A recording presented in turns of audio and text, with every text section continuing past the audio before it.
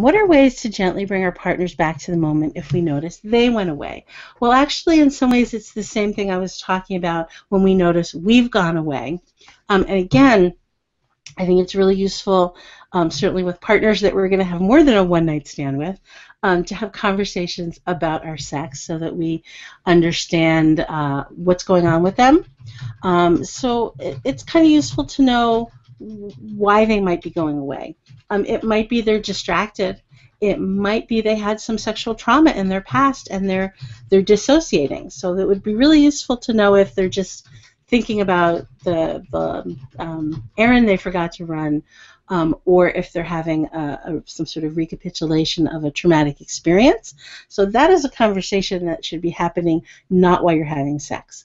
So assuming it's somebody who's just distracted or anxious or inhibited, or some of those sort of little things that take us away, often it can just be as simple as looking them in the eyes, putting your hand on their chest, inviting them to breathe with you, and just, again, using sound and trying to invite them back into that connected energy space.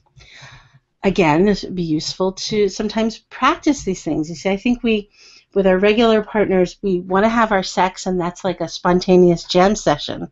But just like musicians who want to make good music together, sometimes we're going to rehearse, and we're going to actually sort of like practice a specific skill set.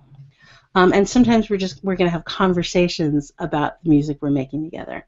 So you might want to practice that skill set. You have what we call a playpen. You make a time and a space to play a learning game.